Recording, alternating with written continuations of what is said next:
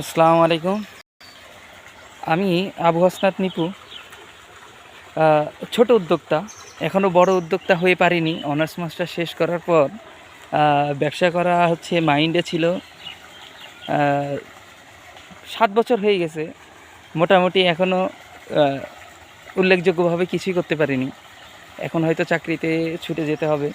তবুও ছোট পরিসরে আপনাদেরকে দেখানোর চেষ্টা করব যে ছোট ক্যাপিটাল, অর্থাৎ ২০,০০০ টাকা দিয়ে কীভাবে আসলে মাছ চাষ অথবা ছোট ক্যাপিটালে কীভাবে ব্যবসা করা যায়।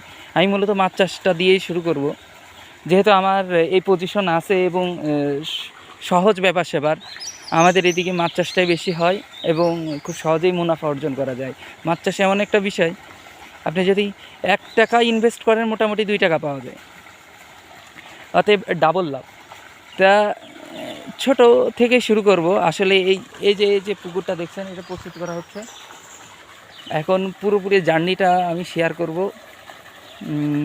ছোট ক্যাপিটাল থেকে কীভাবে বড় ক্যাপিটালে যেতে হয়, যদি অবশ্যই আমি বলবো যে আল্লাহ সুবহানাহু ওয়া তাআলার সাহায্য থাকতে হবে এবং তাকদির থাকতে হবে। আর অভিজ্ঞতা বলতে মাছ চাষের মোটামুটি আমার অভিজ্ঞতা আছে, ২-৩ বছরের অভিজ্ঞতা আছে, যার কারণে